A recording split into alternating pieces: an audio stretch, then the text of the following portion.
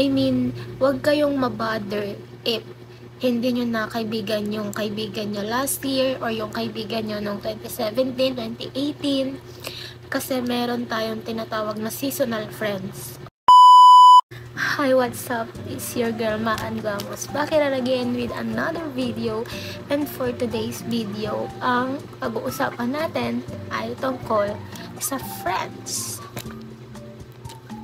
Super tagal na since nung last video ko, parang half year na ata nung nag-last vlog ako, and super daming nangyari.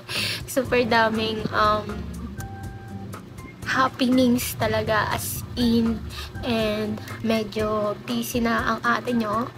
Medyo naging busy na tayo, no? Kasi hindi na tayo petics, lalo na sa school, sa studies, third year college na, hindi na siya easy go lucky. Nandun na lahat ng major namin halos.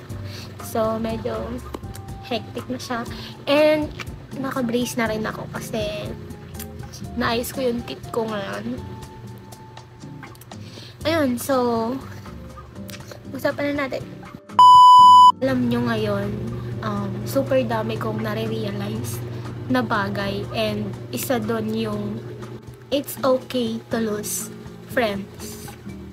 So, sa iba, medyo, pwedeng hindi sila sang-ayon dito, but let me share my experience and my point of view regarding to this topic.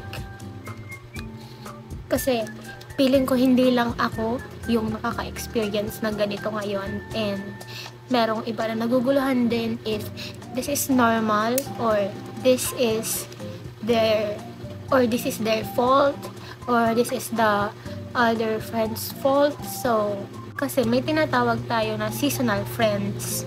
So, pwedeng this year friends mo siya, close kayo, ganyan, and next year hindi na. And that's okay. Okay lang yun. Ang tawag doon seasonal friends. I mean, hindi yung nag-away kayo tapos hindi na kayo friends, ha? Hindi yung ganun. Meron kasing friendship talaga na parang nawawala na talaga ng communication out of the blue. Parang hindi na siya ganun ka-active. Friends kayo nung 2019, 2020, tapos ngayon 2023, hindi na kayo friends. Acquaintance na lang kayo, magkakilala na lang. Kasi parang sa iba, big deal. Okay? Parang sa iba, kasi may attitude problem yan, kaya wala yung friends. Diba? Parang, hindi, may problema kasi yan sa character niya, kaya wala yung friends. Kaya yung mga friends niya before, hindi niya na friends ngayon. Let me share this with you, okay? Meron tayong mga friends na hindi talaga makakatulong sa pag-grow natin as a person. Okay? So, hindi ko sinasabi na dapat ang friends nyo ay beneficial sa inyo.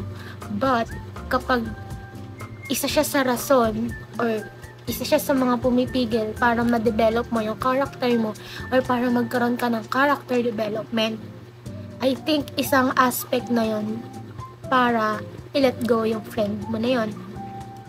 Diba? So, I mean, ako kasi, ang priority ko talaga, sarili ko. Wala akong ibang priority bukod sa sarili ko. As long as I am at peace, I'm good, then I'm good. Okay? Kasi ang ambatayan ngayon, pag marami kang friends, okay ka. Pag marami kang kasama lagi, mabait ka or ganda yung character mo. So yung mga walang friends or yung mga hindi talaga mahilig makipag-socialize, na papaisip sila, nagkakaroon sila ng thought na ay baka nasa akin talaga yung problema, ay baka meron talagang mali sa character ko, kaya wala akong friends ngayon. Hindi siya ganun, okay? Iba kasi yung mindset ko ngayon compare sa before. Kasi dati, ganyan din ako mag-isip, na parang ay bakit kaya sila, ang dami nilang friends, bakit kaya ako wala, bakit kaya yung ka-close ko dati, hindi ko na close ngayon. Bakit kaya yung mga friends ko dati, hindi ko na friends ngayon. Ganun ako mag-isip na parang nagda-doubt na ako kung ako ba yung may nagawang mali or may nasabi ba akong hindi maganda sa kanila. Parang ganun. Pero, on a positive note, tinitignan ko na ay kung friends ko pa rin pala si ganito, baka hindi ganito yung character ko ngayon. We are supposed to change, okay? Hindi tayo pwedeng kung ano yung kung ano ka last year, ganun ka pa rin ngayon. In a positive way, kailangan merong changes na nangyayari sa atin. Okay? So, hindi ko alam kung na-explain ko ba siya ng maayos or lalong gumugulo yung pagpapaliwanag ko. But losing friends is normal. It's fine. It's okay. There's no wrong about it. Okay? So, walang mali na may mawala sa mga kaibigan nyo. It's okay. It's totally normal. Okay? Kahit artista pa yan, kahit ano pang posisyon niyan sa buhay, ano pang estado niyan sa buhay, nangyayari talaga yan. And it's normal. Okay? Maraming pwedeng mangyari eh. Maraming pwedeng mangyari. Pero, lagi kong iniisip na everything happens for a reason. So, pwedeng na-meet ko tong tao na to ngayon kasi may reason, may rason. Hindi ko siya na-meet dahil wala lang. Na-meet ko siya dahil nandyan lang siya. Hindi ganon. So, I always think positive na kaya siya nandyan, kaya ako siya na-meet is may reason, may valid reason. Ewan ko kung bakit naging ganun yung mindset ko, pero ang laking tulong din talaga na hindi ka na nagdodwell sa past or parang hindi ka na tumitingin sa negative. Super daming pwedeng mangyari. In a span of 2 weeks, 1 month, 6 months, 1 year, ang daming pwedeng mangyari. Ang daming pwedeng magbago, pwedeng mabawas, at pwedeng madagdag sa mga circle of friends or friends nyo. I'm not saying na we should lose all our friends or dapat wala tayong matirang kaibigan. What I'm saying is, it is normal to lose friends. Okay? Hindi siya ganun ka-big deal kasi nga, we are growing up. Okay? Nag-grow tayo as a person and as an individual. And losing friend is a part of it. Okay? Wala tayong magagawa doon. Hindi natin mapipigil yan. Kahit anong gusto mong hatak dyan sa friendship na yan, sa friends mo na yan.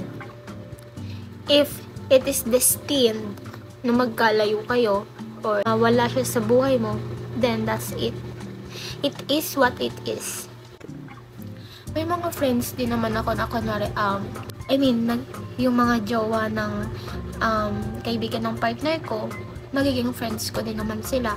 Tapos yung mga ka-workmate niya na babae, nagiging friends ko din. So, ganun lang. Pagka ewan ko kasi, sa totoo lang, I find it very, very amusing na ganun pala talaga. Also, ako kasi ngayon, super iniingatan ko yung peace na meron ako ngayon. So, parang, hindi naman sa mapili, pero, meron akong mga tao na inaalaw na pumasok sa buhay ko, pero meron ding hindi.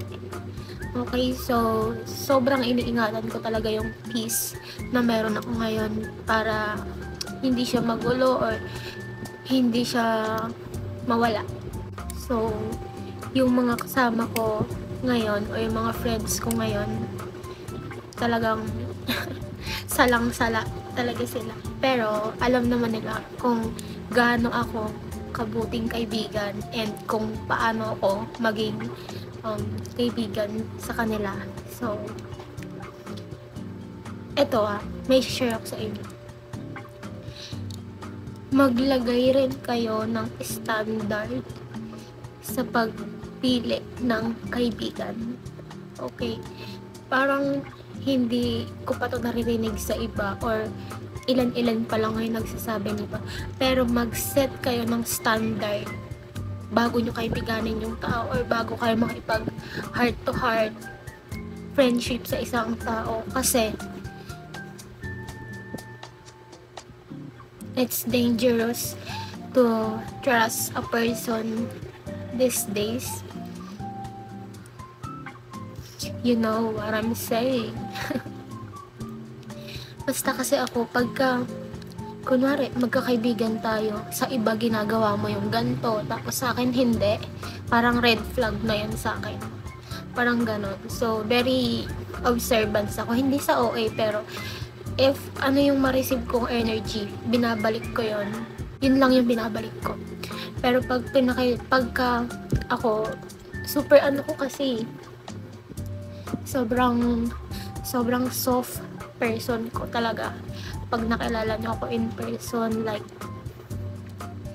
sobrang supportive. I mean, basta alam to ng mga nagiging friends ko or mga naging friends ko na pag alaga ako ng friendship talagang buhos lahat. Kaya rin siguro hindi naman super mapili, pero ayun nga, hindi lahat inaalaw ko makapasok sa life ko or makita nila kung ano yung lahat sa akin. Super bilang lang sa daliri talaga yung nakakilala sa akin personally, o yung mga friends ko talaga na all out ko pinapakita sa kanila kung sino ako. Ayun lang, sana may natutunan kayo sa shinare ko, or sana naintindihan nyo yung mga pinagsasabi ko, kasi alam ko namang medyo magulo yung mga sinabi ko, and medyo ganon sila, pero yeah, that's it, and see you on my next vlog. Promise mag-upload na ako this month ng sunod-sunod, kasi nahabol ko yung sa December. Gusto ko makapag-upload ako ng vlogmas. Ayun na, bye-bye!